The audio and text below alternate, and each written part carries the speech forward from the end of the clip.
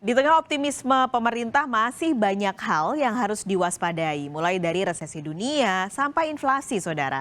Nah, pagi ini kita akan berbincang dengan Febrio Kacaribu, Kepala Badan Kebijakan Fiskal Kementerian Keuangan. Pak Febrio, halo, selamat pagi, Pak. Selamat pagi Mbak Paskalis, apa kabar? Baik, Pak Febrio, ini mungkin kita bahas dulu soal kabar yang tidak baik yang terjadi di seluruh dunia. Presiden Jokowi juga beberapa kali pidato bilang bahwa dunia nggak baik-baik gitu. Negara maju semua sekarang sudah mulai resesi, Pak. Benarkah Indonesia memang sekuat itu, Pak, menahan gejolak resesi atau ada apa yang disiapkan oleh pemerintah saat ini? Perekonomian dunia memang sedang tidak baik-baik saja, dan ini sudah kita pantau sepanjang tahun 2022 ini, bahkan sejak akhir 2021. Saat ini memang kita global dihadapkan pada perlambatan yang akan cukup signifikan, khususnya karena tingkat inflasi yang sangat tinggi di banyak bagian, terutama di negara maju, yang membuat mereka harus menaikkan tingkat suku bunga kebijakan mereka cukup cepat dan tajam. Nah, ini menimbulkan ketidakpastian yang tinggi, terutama di pasar keuangan global, dan tentunya ini menimbulkan ketidakpastian terhadap arus modal dan juga iklim usaha di banyak negara. Jadi beberapa negara kita melihat peluang untuk terjadi resesi di negara tersebut sudah cukup besar, seperti di Amerika dan juga di Uni Eropa. Nah, untuk Indonesia kita lihat sejarahnya. Biasanya memang kita akan terdampak cukup signifikan. Kita lihat misalnya 98, kita lihat 2008 yang paling dekat misalnya, lalu bahkan juga kondisi di tahun-tahun 2020, 2021 masa-masa pandemi. Nah, akan tetapi memang kondisi kita sekarang agak berbeda dibandingkan dengan beberapa episode sebelumnya. Khususnya kalau kita lihat yang paling dekat yang bisa kita bayangkan itu adalah 2008.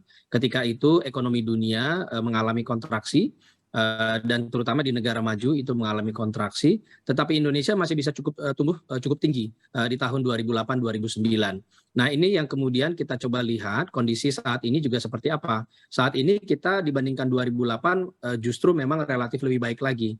Khususnya kalau kita lihat sisi dari eksternal kita, trade balance kita misalnya ekspor dikurang impor, itu dalam 28 bulan terakhir kita selalu surplus. Nah, ini menjadi modal bagi kita sehingga current account deficit yang biasanya menjadi masalah ketika kita menghadapi ketidakpastian global seperti ini, justru pada saat ini kita sedang mengalami current account surplus. Oke. Nah, ini juga yang membuat kita cukup resilient, tetapi tentunya ini di tengah segala ketidakpastian ini kita harus terus waspada dan tentunya harus selalu jeli melihat hari demi hari dan minggu demi minggu. Oke, itu kondisinya memang baik secara fundamental, secara makro. Tapi ada yang sekarang sedang dilakukan, terutama dari Bank Indonesia, Pak Febrio, ini kan suku bunga naik. Berarti akan ada kemungkinan kredit naik, cicilan naik. Ini dampaknya pasti ke daya beli masyarakat. Ada apa Pak untuk menjaga daya belinya bagaimana Pak? Terutama mungkin ada perbedaan antara mereka yang ada di kelas menengah dan kelas bawah dan juga kelas atas. Nah, ini kita melihatnya memang mulai dari gambaran besarnya sampai ke detailnya. Jadi saya terima kasih sekali tadi pertanyaannya cukup detail. Saya berikan contoh, misalnya di tahun 2022 ini kita sudah dihadapkan pada tekanan yang cukup berat dari sisi inflasi. Kalau kita lihat inflasi seluruh dunia itu sudah banyak yang inflasinya di atas 10%. Bahkan beberapa negara seperti Turki dan Argentina itu inflasinya sangat tinggi, bahkan di atas 70%. Nah, saat ini Indonesia kita masih bisa menahan inflasinya terakhir di 4,7%.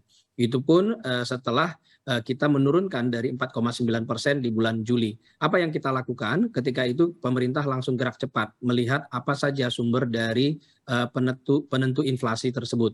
Nah, kita lihat bahwa bahan pokok terutama bulan Juli itu adalah cabai dan bawang. Nah, dengan gerak cepat, tim pengendali inflasi pusat, tim pengendali inflasi daerah itu bergerak memastikan suplai dari bahan kebutuhan pokok ini segera diselesaikan dan akhirnya yang terjadi adalah harganya turun di bulan Agustus. Nah, itu membuat inflasinya.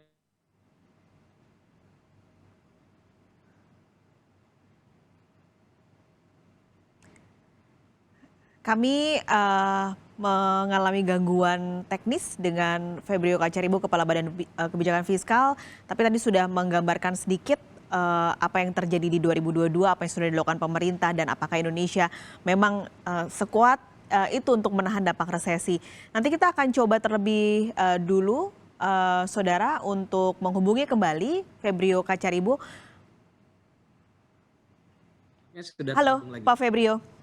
Ya, mohon maaf ya, tadi tampaknya Iya, terputus. silakan Pak. Jadi ini memang membutuhkan koordinasi yang kuat Mhm. dan cepat dari pemerintah dan juga kelompok masyarakat. Nah, ini sudah kita buktikan, kita bisa mengendalikan, dan dalam konteks ini tentu tujuannya utamanya adalah bagaimana kita membantu daya beli masyarakat tetap terjaga. Nah, dalam konteks ini 2023 tentunya yang akan kita hadapi ketidakpastian masih cukup tinggi ini, APBN yang memang harus kita perankan sebagai shock absorber. Apa itu artinya? APBN harus tetap siap dengan segala ketidakpastian ini. APBN itu harus lebih fleksibel. Jadi siap untuk kalau harus melakukan penyesuaian sehingga gejolak yang terjadi di global itu bisa kita absorb, tidak langsung semuanya dirasakan oleh masyarakatnya. Contohnya tadi kita memberikan perlindungan bagi masyarakat, memberikan BLT, perlinsos yang cukup dan sesuai dengan target. Nah, belanja-belanja yang bisa kita hemat dan kita bisa realokasikan khususnya supaya belanjanya itu semakin tepat sasaran, itu tentu yang sudah dan harus terus kita lakukan. Contohnya kemarin ketika kita harus melakukan pengalihan subsidi dan kompensasi energi kepada kelompok masyarakat yang lebih membutuhkan, sehingga dalam konteks kita menghadapi tekanan, tingkat kemiskinan harus tetap bisa turun. Hmm. Tingkat pengangguran harus tetap bisa turun. Ini yang harus kita jaga karena memang kita menghadapi tekanan dan ketidakpastian yang dihadapi oleh semua negara di dunia, tetapi kita harus bisa menjaga supaya masyarakat kita tetap terlindungi. Oke, 2023 masih abu-abu, masih gambarannya, lalu juga APBN sudah dibuat sedemikian rupa, tapi banyak yang bertanya nih Pak Febrio, apakah di tahun depan artinya subsidi ini akan makin diperketat? Nah, tapi Pak Febrio jangan jawab dulu, kita akan jeda sejenak. Nanti kita akan lanjutkan perbincangan dengan Febrio Kacaribu, Kepala Badan Kebijakan Fiskal, usai jeda. Jangan kemana-mana, saudara. Kepala Badan Kebijakan Fiskal Kementerian Keuangan Febrio Kacaribu masih bersama kami di Kompas Bisnis. Pak, kita bahas lagi terutama soal kondisi di 2023 ini masih tidak menentu, begitupun dengan harga energi. Berarti hubungannya ada dengan subsidi nih Pak untuk BBM dan listrik. Apakah berarti di tahun depan subsidi akan semakin diperketat? Arah perlindungan sosial kita itu tetap kuat.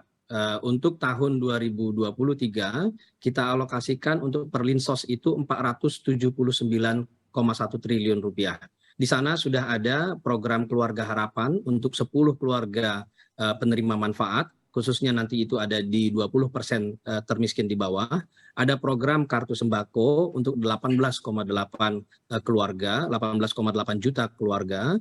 Juga ada penerima bantuan iuran PBI JKN untuk 96,8 juta, ada subsidi LPG untuk 8 juta metrik ton, subsidi listrik untuk 40,7 juta pelanggan, kartu prakerja untuk 500.000 pekerja. Jadi perlindungan sosial kita tidak melemah, justru akan tetap kuat untuk tahun 2023 karena jelas kita akan menghadapi masa-masa yang penuh ketidakpastian. Akan tetapi tentunya anggaran sebesar ini kita harapkan bukan hanya untuk dibelanjakan sedemikian rupa saja, tetapi kita harapkan supaya belanja ini semakin tepat sasaran. Kita harapkan juga data untuk penerima dari manfaat dari PKH, bantuan sosial, BLT dan sebagainya, itu harus makin kita benerin. Jadi data akan kita selalu perbaiki, ada DTKS, kita merencanakan akan memperbaiki datanya menjadi Reksosek, registrasi sosial ekonomi. Ini akan dilakukan oleh BPS dan data ini harapannya akan memperbaiki ketepatsasaran dari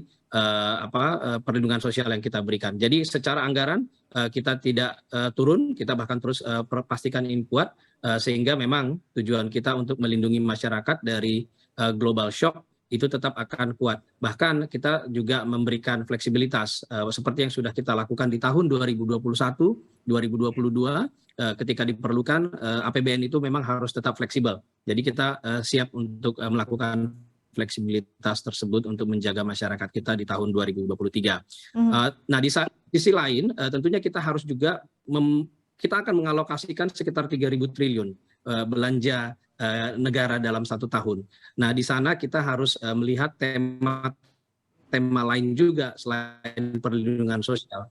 Kita tetap melakukan belanja yang kuat di sektor pendidikan. 20% dari belanja negara itu adalah sesuai dengan konstitusi untuk pendidikan. Di sana harus kita terus lanjutkan reformasi untuk perbaikan human capital kita. Jadi kita nggak boleh mundur.